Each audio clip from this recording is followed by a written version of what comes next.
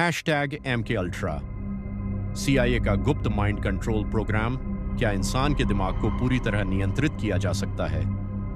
अगर मैं आपसे कहूं कि दुनिया की सबसे शक्तिशाली खुफिया एजेंसियों में से एक ने इस सवाल का जवाब खोजने के लिए वर्षों तक गुप्त प्रयोग किए थे, तो क्या आप विश्वास करेंगे? यह कहानी है MKUltra की, एक ऐसे गुप्त CIA प्रोजेक्ट की जिसे दशकों तक दुनिया से छिपा कर रखा गया।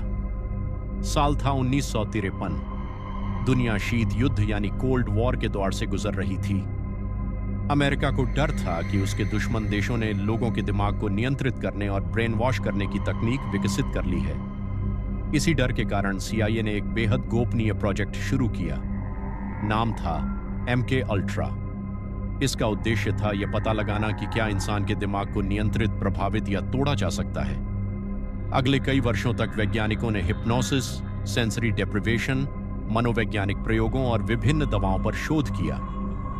इन दवाओं में सबसे ज्यादा ध्यान आकर्षित किया LSD ने। उस समय LSD के प्रभावों के बारे में बहुत कम जानकारी थी।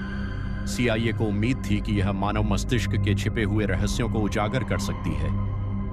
इन प्रयोगों को प्रयोगशालाओं, अस्पतालों, विश्वविद्यालयों और रिसर्च संस्थानों में अंजाम दिया गया। कुछ लोग इन प्रयोगों में स्वेच्छा से शामिल हुए, लेकिन कई लोगों को यह तक नहीं पता था कि वे किसी सरकारी प्रयोग का हिस्सा हैं। इस कहानी का सबसे चर्चित नाम है फ्रैंक ओल्सन, एक सरकारी वैज्ञानिक जिन्हें उनकी जानकारी के बिना LSD दिया गया था। कुछ दिनों बाद वे एक होटल की खिड़की से गिरकर मृत पाए गए। आज भी उनकी मृत्यु को लेकर कई सवाल और विवाद मौजूद हैं। समय के साथ यह प्रोजेक्ट और बड़ा होता गया। गुप्त स्थान बनाए गए, लोगों के व्यवहार का अध्ययन किया गया, लेकिन धीरे धीरे इस कार्यक्रम पर सवाल उठने लगे। पत्रकारों ने जांच शुरू की, सरकारी अधिकारियों ने जवाब मांगे। फिर 1973 में एक ऐसा फैसला लिया गया जिसने इस रहस्य को और गहरा बना दिया। MKUltra से जुड़े हजारों दस्तावेज नष्ट कर दिए गए, कई सबूत हमेशा के लिए गायब हो गए।